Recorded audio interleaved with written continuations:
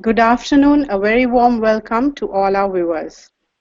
Today's Education on Air will be presented by a highly respected individual who is a certified public accountant and certified fraud examiner with over 20 years of personal experience as a business owner, consultant, and trainer in the area of accounting, tax, and loss prevention.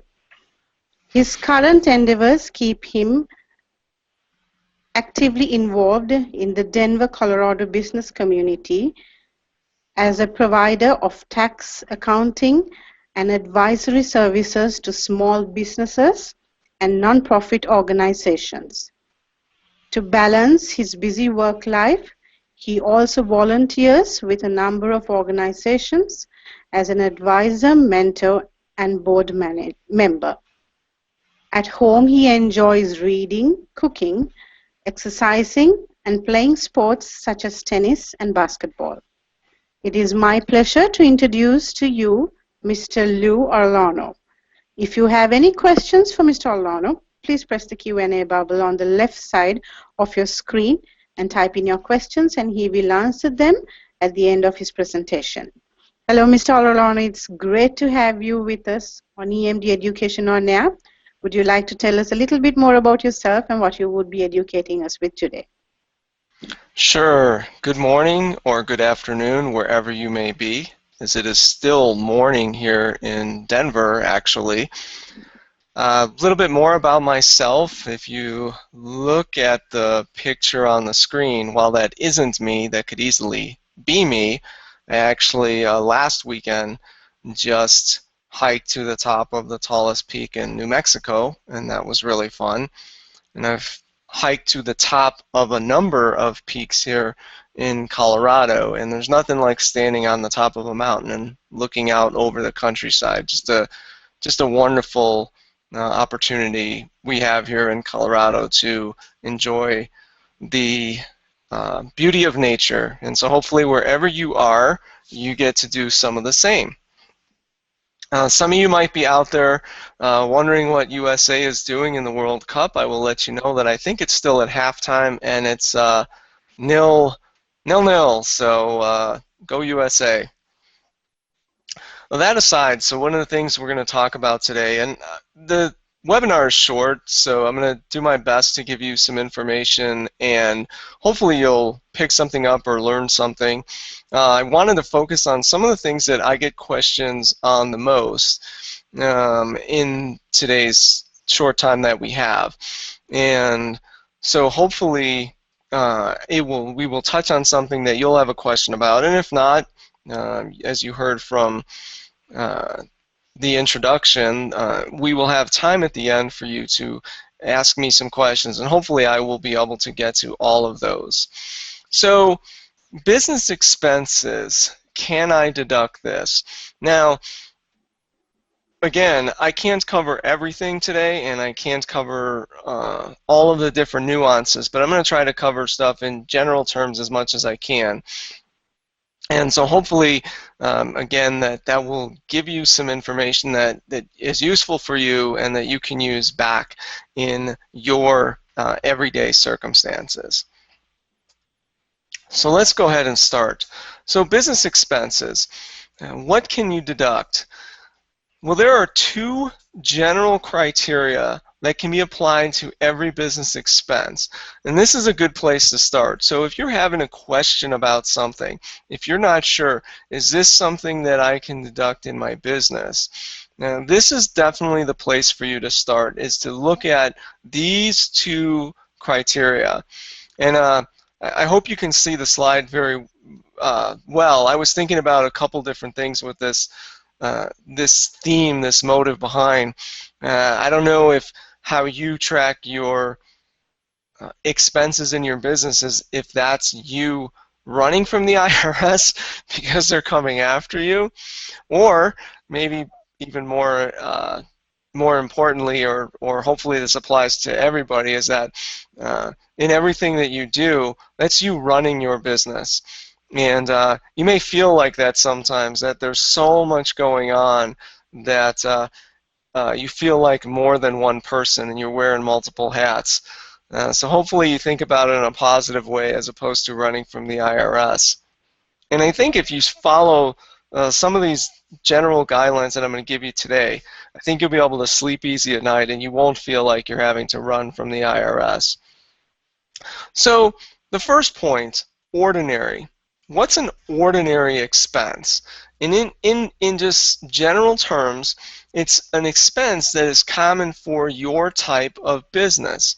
So for example, I know that today the invitation was gone out and generally referring to people or referred to people in the medical profession, but uh, this same idea, the same concept can apply to you in no matter what type of business. So I'm going to try to give examples that might be geared more toward a medical professional, but you could think of it as applying to your business as well. So ordinary. So let's say you run a dental office. What would be ordinary in a dental office? Well, to begin with, there are all kinds of different medical supplies that you need in the business. It could be thinking of uh, extraction tools for extracting a tooth. Heaven forbid any of us has to go through that again, or if you ever have. So that would be something that is used in that type of business. If you are an accounting business, one of the things that's very common for us in the accounting business is our accounting software, all the different software that we use, tax preparation software. So that would be something that's very common to an accounting business. If you're in a real estate business, I'm sure you have a lot of advertising, and actually advertising probably applies to all of us. So if it's an advertising expense, that would be a common expense. If you have a business that's maybe sort of off the wall, maybe this isn't so off the wall, but let's say a waste management service, you probably have big trucks to go out and pick up the trash or whatever kind of waste. Now that would be something in an accounting business. If I owned a garbage truck and tried to have it in my business, well, it probably wouldn't make much sense. It's not common to accountants because I don't know any accountants that have a garbage truck on their books. So that just kind of gives you an idea of what would be kind of considered common. Is it something that most people in your industry would be having to buy, having to use in their business? And then the second thing is it necessary?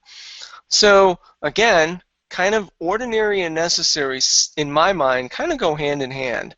And so thinking of using some of the same examples I already used in the dental office, there are tools, there are supplies that really the dentist needs to use on maybe not every patient, but on patient A, patient B, patient C.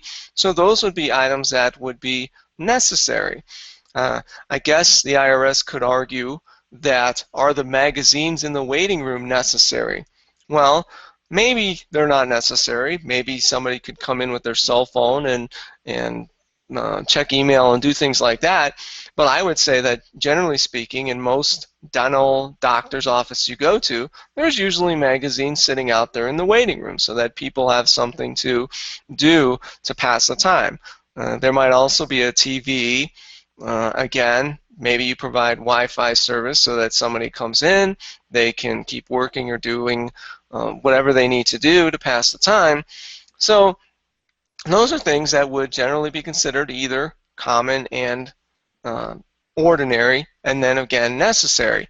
And so that's the place for you to start. If you're sitting there having the question, I'm not sure if this is something that I can deduct in my business, think about those two criteria. And the other thing that I would encourage you to do is have a good working relationship with your tax accountant, with your CPA. Now, I'm a CPA, so I'm going to kind of be a little bit biased, and I'm going to say you probably want to look to having a CPA first, only because the level of education we need to have, we have to pass a test, we have to be licensed by the state That's our home state. We can be licensed in multiple states, and we have to go through that process. So generally speaking, a CPA had to go through a lot more to get to where they're at. And so I would recommend you having a CPA in your corner, because when you have questions about anything, whether it be a business expense or purchasing a piece of equipment, it's nice to have somebody in your corner that knows the business and that you can pick up the phone or send an email and ask them the question. And I get these kind of questions all the time. And I love it when my clients are being proactive and they're calling me before they make a decision as opposed to after. Because once you've made that decision, once you've made that move, there's only so much that I can do. I can't go back and undo what you have done. And so it's more working with the decision you've made and trying to find ways to hopefully minimize the impact on your business and minimize your tax consequences. But I've seen it happen oftentimes where a client, thankfully when I was working for somebody else, but it happens, clients make decisions, they don't check with their advisor, and then the advisor is the one that's dealing with it after the fact, and oftentimes we kind of get to blame even when it's not our fault. So have a good working relationship with your tax advisor, with all of your advisors, even your legal advisors, and don't be afraid to pick up the phone and ask for their guidance, ask for their questions. I do this oftentimes with my auto. I don't take care of my own vehicles, and I rely on somebody else. And I'll have questions sometimes before I even take the car in. And so it's nice to have somebody in your corner that you can do that with and that you trust. So I would encourage you to have a good working relationship with your business professionals that support your business. So moving on, I'm going to talk about vehicles a little bit, because this is one I see done incorrectly oftentimes and that I get lots of questions on. So you own your own business in particular, and business owners are told, well, can I deduct my vehicle? Can I have my vehicle in my business? Now, going back to sort of my little garbage truck story, I don't know why I picked that, but going back to the garbage truck, if you have a waste business, it would be commonplace for you to have that type of vehicle, and maybe there's a smaller vehicle that you would have that you even periodically drive. Well, those vehicles would obviously be necessary for the business and be put in the business. However, let's say you're a CPA like me, I have a vehicle I drive for business. However, I drive a lot. Oftentimes, a lot of the miles I put on my vehicle are really personal miles. They're not business miles. So my vehicle is not owned by the business. It's not in the business. The only thing that I get reimbursed for, or that's a business expense, are the miles that are allowed to be taken as a business deduction. So this is kind of a Pandora's box. I see oftentimes where business owners have their vehicles in the business, and if it isn't titled, if it isn't owned by the business, if you didn't actually transfer title and go through the process of having it be owned by the business, then it shouldn't be in the business, and the business shouldn't be trying to maximize the deduction for it. You can get, because what happens is, I guess I should take a step back. What happens is, if you have done that, then you need to pick up the personal use of that vehicle as income to you, because there is a vehicle that you're using for the business, but there's no way that you're not using it personally. There is no vehicle that's used 100% in the business. Oh, and that's another little tidbit for you. If you've done this, if you have your vehicle in the business, no vehicle is ever used 100%. So if you say that your vehicle is 100% used in the business, could just open yourself up for scrutiny by the IRS. And the reason I say no vehicle is, even if you have a vehicle that's used in your business, let's say you have a construction business and you have a truck that you always drive out to every site that you go to, and you have another vehicle at home that you use for only personal use. So your vehicle in your construction business is only used for your construction. But what happens? You stop at the store on the way home. You stop at the cleaners on the way home. Oh, one particular day, you decide you're going to go to your son's soccer game. So, oh, and by the way, sorry, USA is trailing right now, 1-0. So, bad news. So back to my little story here. Even a vehicle that is in the business that you use primarily for the business is never 100% used because of these little stops that you may make along the way. So you would still need to track your miles for personal use, and the business then would have to charge back to you, or you would have to pick up as income your personal use of the vehicle. So because of that, my general rule of thumb is don't put the vehicle in the business and only charge the vehicle or the business for the miles that are actually used in the business. So let's get into that in a little bit more detail. The two ways that you can deduct the cost of the vehicle are either using the mileage rate, which currently is 56 cents a mile, or using actual expenses. Now, if you track them both, your CPA then can take the most advantageous one in your return, whether the mileage rate works out higher than your actual expenses or your actual expenses works higher. But that's a lot of paperwork. So you may not want to track both. You may just want to say, hey, I'm just going to track my miles, because whether you take miles, use the mileage rate, or take actual expenses, you need to track your business miles and personal miles anyway. And you need to track where you went and have a mileage log anyway. So, and the reason is, if you were to take the actual expenses are going to be taken on a percentage based on personal versus business. So either way, mileage rate, actual expenses, it's still going to be only the portion used in the business that's deducted. So you still need to track your miles and keep a mileage log. So back to what's deductible. Notice that there's a tax home that you're supposed to have, and what that basically means is your general area that you work in is considered your tax home, and that dictates then what mileage is deductible and which mileage isn't. Also, if you need to have, well, you don't need to have, but many people have a regular workplace. So for example, if I worked for another CPA firm and I would drive from my house to that place of business on most days, well, my mileage to drive to my regular place of work is not deductible. It's just going to the office. So, and that's determined partly by your tax home, and then again, if you have a regular place of business. If, let's say, you ran your business out of your house and you only went to clients, well, and meetings and all of that good stuff, the majority of those miles, I won't say all of them, but those could be deductible. And again, I say could because really the one thing that I guess I should have said for all of your business expenses is the magic two words, it depends.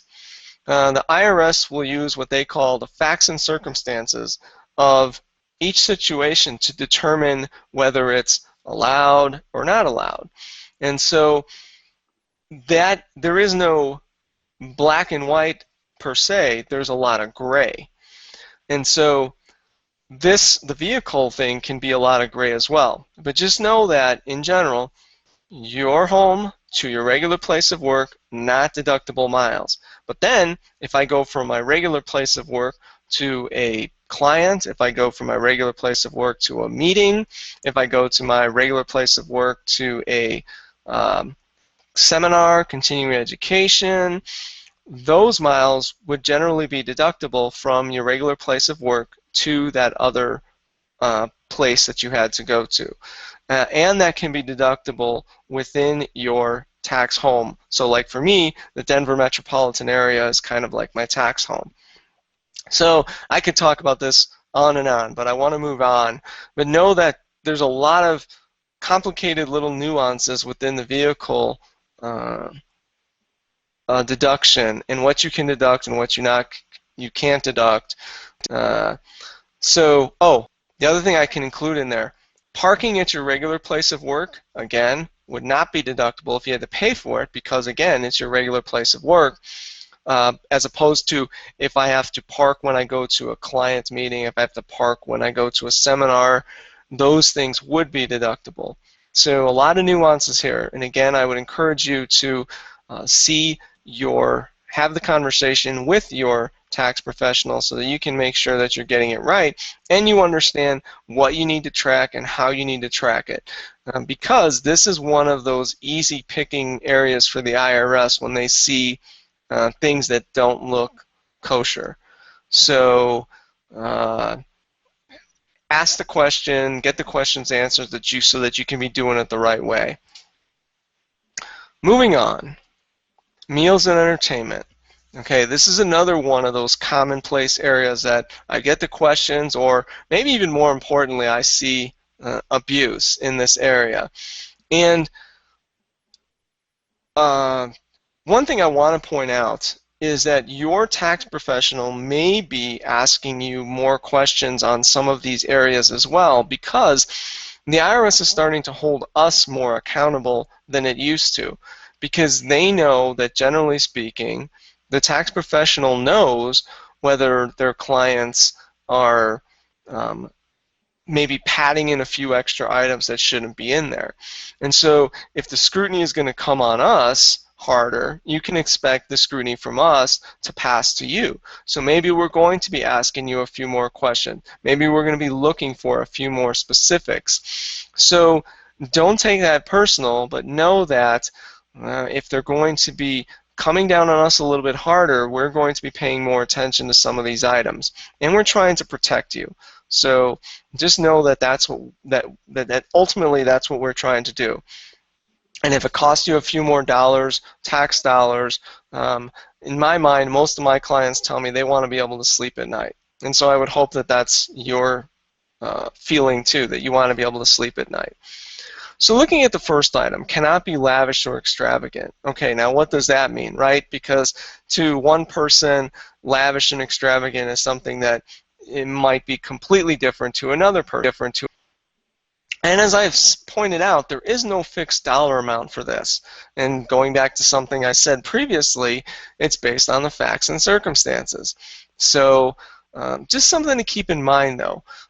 If you were to take out a client or a potential client, or if you were to take out one of your key business acquaintances for a meal, or for I don't know, you take them to a football game or to a basketball game or to a baseball game, think about whether it could be construed as extravagance or not extravagant.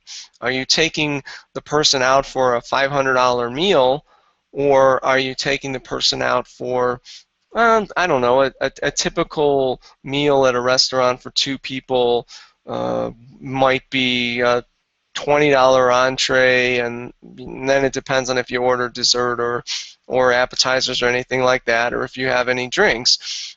But clearly, if you go to a really expensive steakhouse versus if you go to a more traditional restaurant, the dollar difference is going to could be substantial. So just something to consider.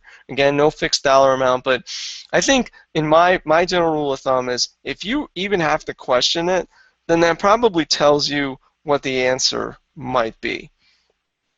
The next thing here I really want to point out is that you must have a legitimate business purpose. So you can be talking about business at the meal or at the entertainment venue. You could also be doing it right before or right after. So it doesn't have to be while the event is going on, but again, there has to be a business purpose to your meeting at the restaurant, to your meeting at the baseball game. And you can't just be doing it to Take out your spouse, for example. You see that I have spouses listed on there. So legitimate business purpose. And that could run a gamut. Again, there's nothing that really outlines what that means. But my general rule of thumb is this. So let's say you're going to take somebody out for dinner. Fine.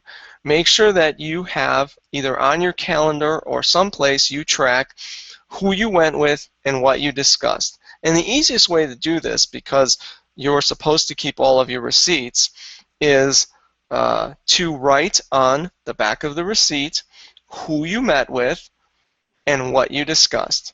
And you can write just one simple sentence. This was the purpose of the meeting. That's what you're trying to get at. So then that way, if you ever were to get audited for your meals and entertainment, you would have this nice little folder or the shoebox or whatever you use, or maybe it's all electronic. You would have that information and it would just say those two things. Here's who was included in this business meal, in this business entertainment, and here's what we discussed.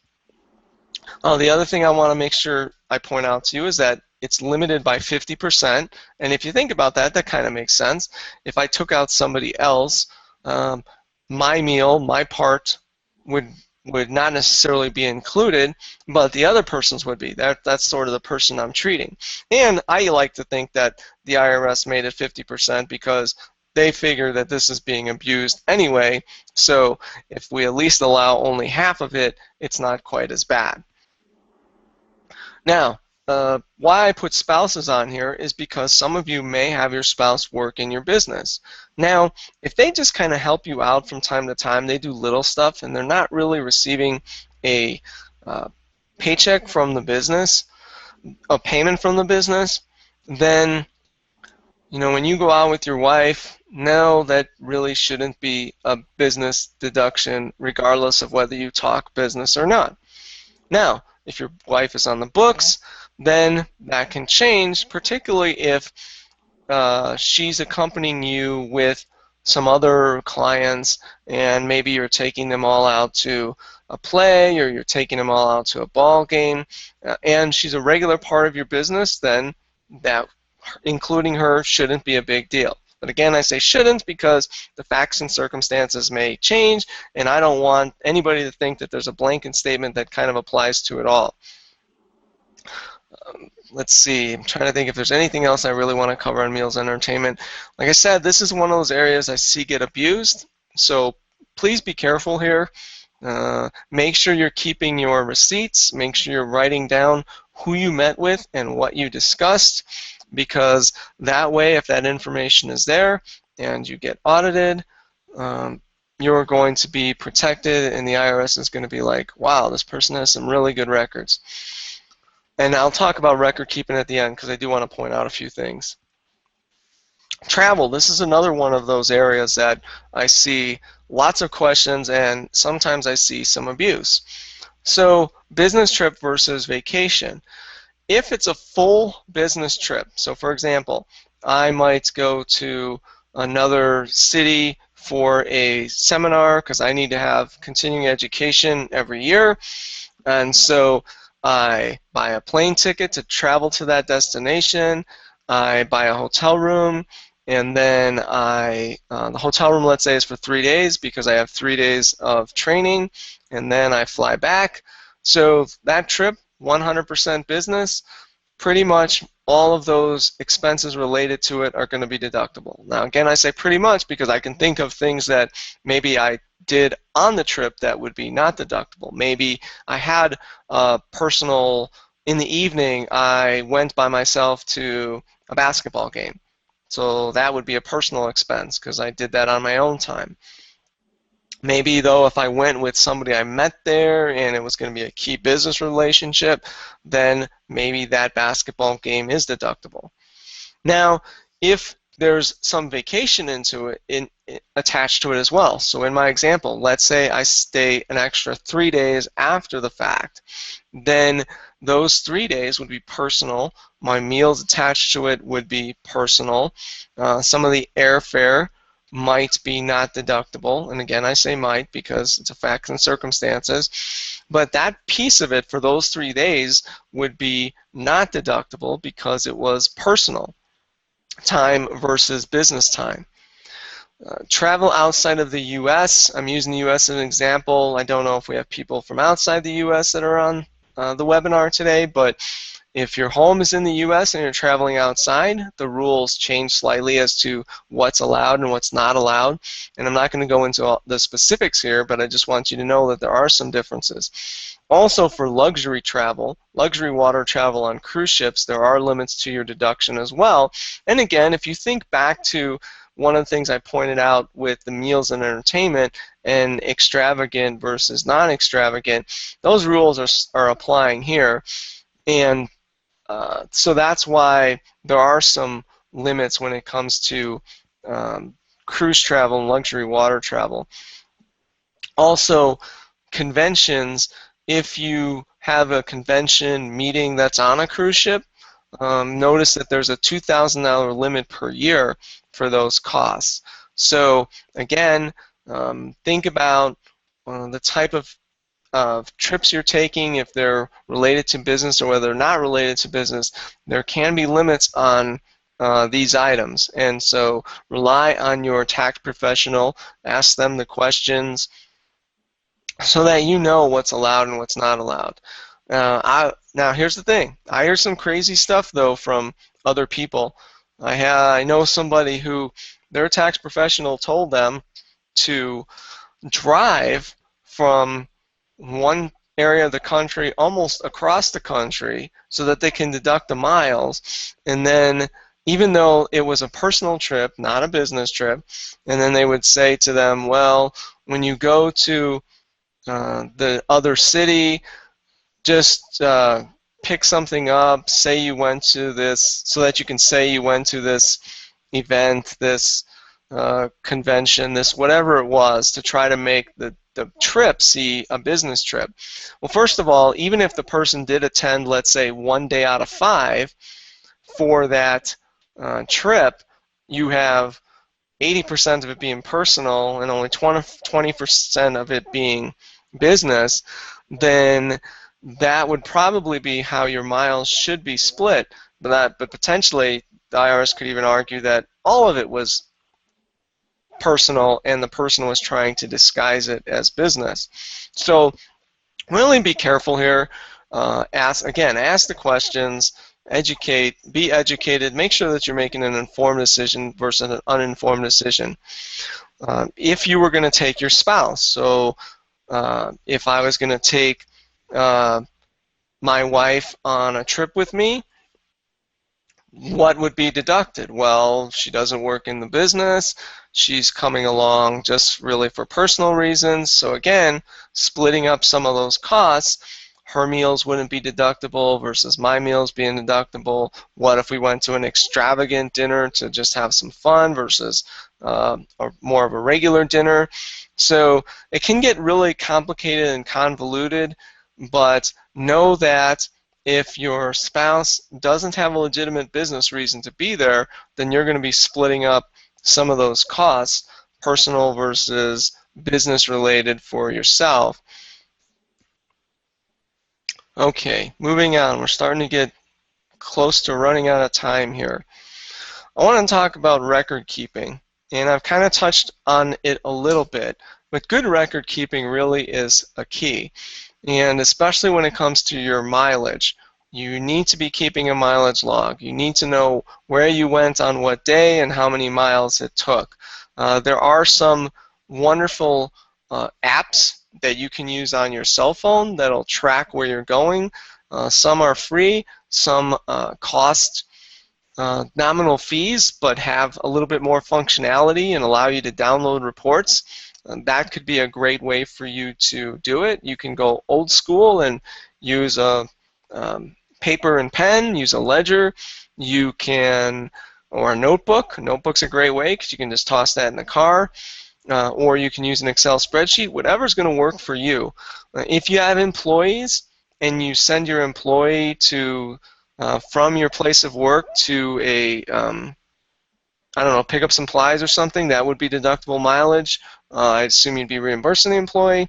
But again, know that keeping good records is really important. And it's really important also, not just for the mileage, but for the meals. Like I said, you're going to want to include who you met with and what you discussed. And keep all those receipts. Just because you have a credit card statement, just because you have a bank statement, the IRS is still really looking for you to have the actual receipt from the place that you went, from the event that you attended. So just keep that in mind. Keep good records. Oops, sorry about that. Take the time to update and maintain your files. Whatever record keeping that you are doing, whatever your method is, if it's all electronic, if it's some electronic, some file, all file, however you do it, make sure that you're taking the time to keep that stuff up to date. Because what I see happen often is it's one of those things where the business owner is busy, they decide that that's the time that they can spare, so they're not going to keep their records up, and they'll just worry about it when something happens. But that's the worst time you want to worry about it, because it really is difficult to go back and try to rebuild what happened in the past, or to remember what happened in the past. So I would encourage you to take the time to keep your files current and up to date. And as far as what you need to keep, the IRS has published retention guidelines for how long to keep various records. So that's a great tool for you to use. You can get it on the IRS website. It's a great tool for you to use to know how long you should keep different types of records. There was something else I wanted to say for record keeping. Let me think about it. Nope, it's escaping me. Keep good records. Follow the IRS retention guidelines as a general rule. Oh, I know what I wanted to say. Those guidelines, though, can be blown out of the water, so to speak, or cannot apply if the IRS determines that there's fraud involved. If the IRS determines that a taxpayer knowingly was trying to defraud the IRS, so let's say taking a deduction that they know they shouldn't have taken, and the IRS can prove that, well then they can open up everything, and the retention guidelines don't apply anymore. So it's something to keep in mind. And be honest with you, it is not worth trying to save yourself. If you're in the, let's say you're in the 20% tax bracket or 15% tax bracket, is it worth saving 15 cents on a dollar of deduction that maybe you shouldn't be taking? So just something to keep in mind. I mean, oftentimes I will see that taxpayers trying to do something, be like, look, this is what it's really saving you. It's saving you $20. So do you really want to put into scrutiny this particular item for $20? And I think once sometimes you put the cost benefit to it, oftentimes the person will be like, nope, you're right, it's not worth it. And again, most of my clients are ultra conservative, and again, they want to sleep at night. And like the picture, they don't want to be running from the IRS. They want to be focused on running their business, running a successful business, and not having to worry about some of these little nuances. So, and I agree with them. I think that's the best way to go. Do things the right way, and then you never have to sweat it. So I've gone through most of the things I want to go through. I think we can open it up to any questions that you may have. Yes, thank you, Mr. Arellano. Let's move on to the questions. I have a few questions here. Let me take up the first question.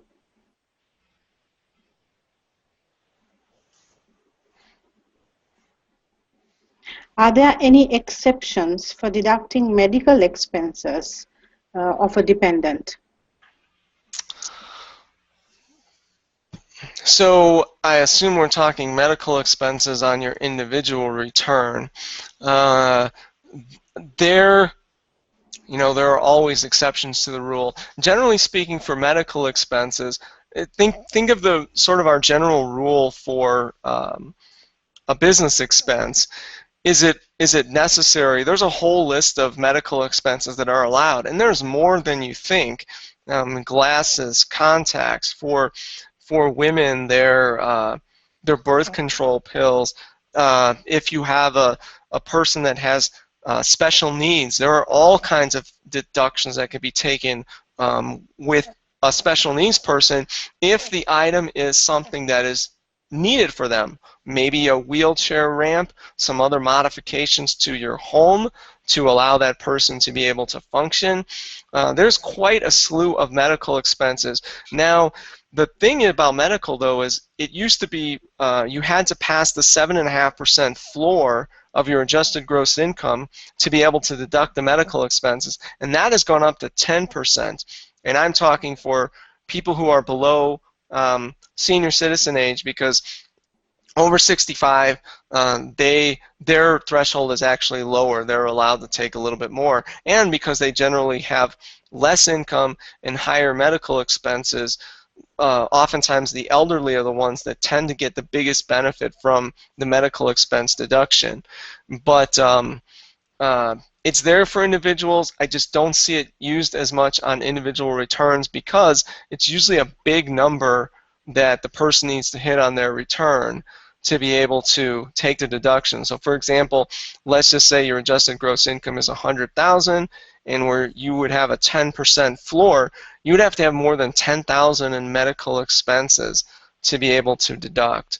So I don't see it as much on the individual returns as I do, unless it's a senior citizen. The other thing is, in your business, you can have, if you have a plan, a medical plan for your employees, that would be a deductible business expense. But then your employees, their coverage, unless you're giving them some additional money for, let's say, to fund an HSA plan or something else like that, any employee expenses that they have as medical expenses would be personal expenses, unless, of course, they were injured on the job or somehow hurt performing a function for you, and then it gets kind of convoluted. So I hope I answered your question. Yes, we'll move on to the second question. Can tax on freight or shipping costs be avoided? Tax on freight or shipping be avoided? Yes. Now, your tax, that kind of a tax is a local tax, and so the tax is going to be based on your local rules. And for example, here in Colorado, the sales tax is really challenging because each jurisdiction can kind of do things their own way, and so you have some cities that that the state collects for, you have other cities that collect their own, you have counties that collect their own, you have counties that are collected by the state and remitted, and the rules can be really complex. So without knowing exactly what jurisdiction you're in and what tax you're trying to wonder if it can be eliminated, I can't specifically answer that question.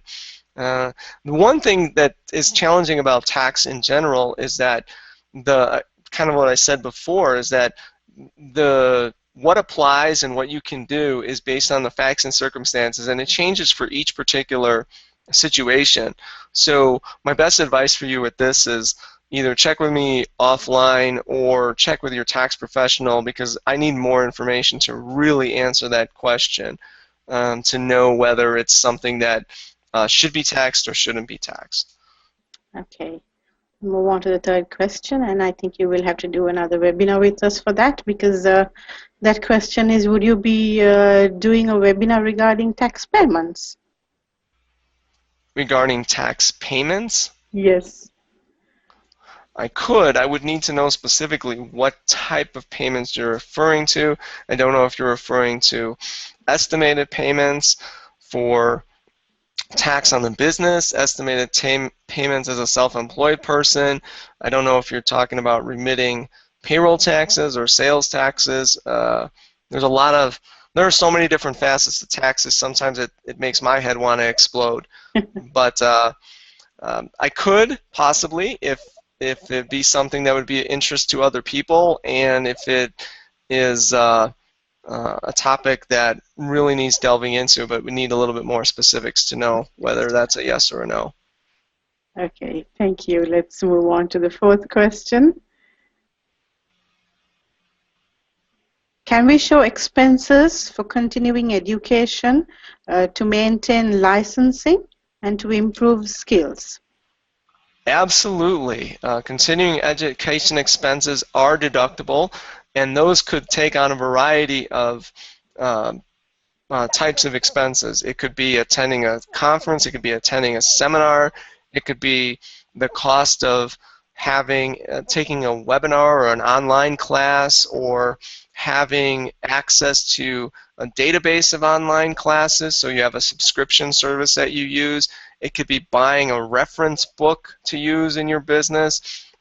There's so many different continuing education expenses that would be deductible, but absolutely, if it's, again, thinking back to, is it ordinary in your type of business, is it common, and is it necessary? So absolutely, it's definitely necessary. For me, it's not just continuing education, but I also have licensing fees that I have to pay. So all of those, yes, absolutely deductible. If you're a medical professional and you have to maintain your licensing and you're maintaining it in various states, those licensing fees, all of those would be deductible expenses as well. Great. We have come on to our last question. And the question is, what is the stand regarding taxes for home offices? Okay, I didn't cover home office deduction, but this is one of the areas the IRS has been really looking at harder, and it is definitely allowed, but I would be cautious in that area. If you have a home office and you work out of home, then yes, you can absolutely take it. If you own your own home, then your deductions for the things that could be your property taxes, your interest deduction, if you have a mortgage, those are your two biggest ones. HOA fees would also be allowed. Those items would all be deducted on the schedule for your home office business deduction, and then it's based on a percentage of the square feet that you use. So let's say 10% of your home is used for your home office, 10% would end up on that form going against your business income, and then the other 90% would still end up on your Schedule A on your return. So hopefully you wouldn't be losing anything. But there are some additional things you could get on the business, your deduction on your home office versus your Schedule A. And HOA fees is one of them if you paid those. Also, repairs and maintenance counts, especially if you, let's say your home office, you repainted, so that cost would count. Anything that you buy direct expense for your home office would count. And the other thing though is, and I don't know if the IRS ever comes out to visit you, but you want to have dedicated space. So, and that's what they want to see. So it should be an office that's used only for your business. You shouldn't have a playpen set up in there so you can watch your kids and all their toys. It really is supposed to be a dedicated space. But again, keep in mind that this is one of the areas the IRS is really looking at. So you want to make sure that it's legitimate. You want to make sure that the costs that you're including are legitimate. And if you have questions, ask a tax professional. You could even potentially have a home office deduction even if you have a regular workplace. But that gets really complicated, so I won't get into all those details at this time. Okay, thank you, Mr. Arellano. Thank you very much. Mr. Arellano, thank you very much for educating us today on business expenses and for taking time from your valuable schedule. Thank you very much for being with us today as well. Well, we do have a little more time, but unfortunately our education on air comes to an end. And until we see you again, it's a goodbye from us here. Bye, everyone.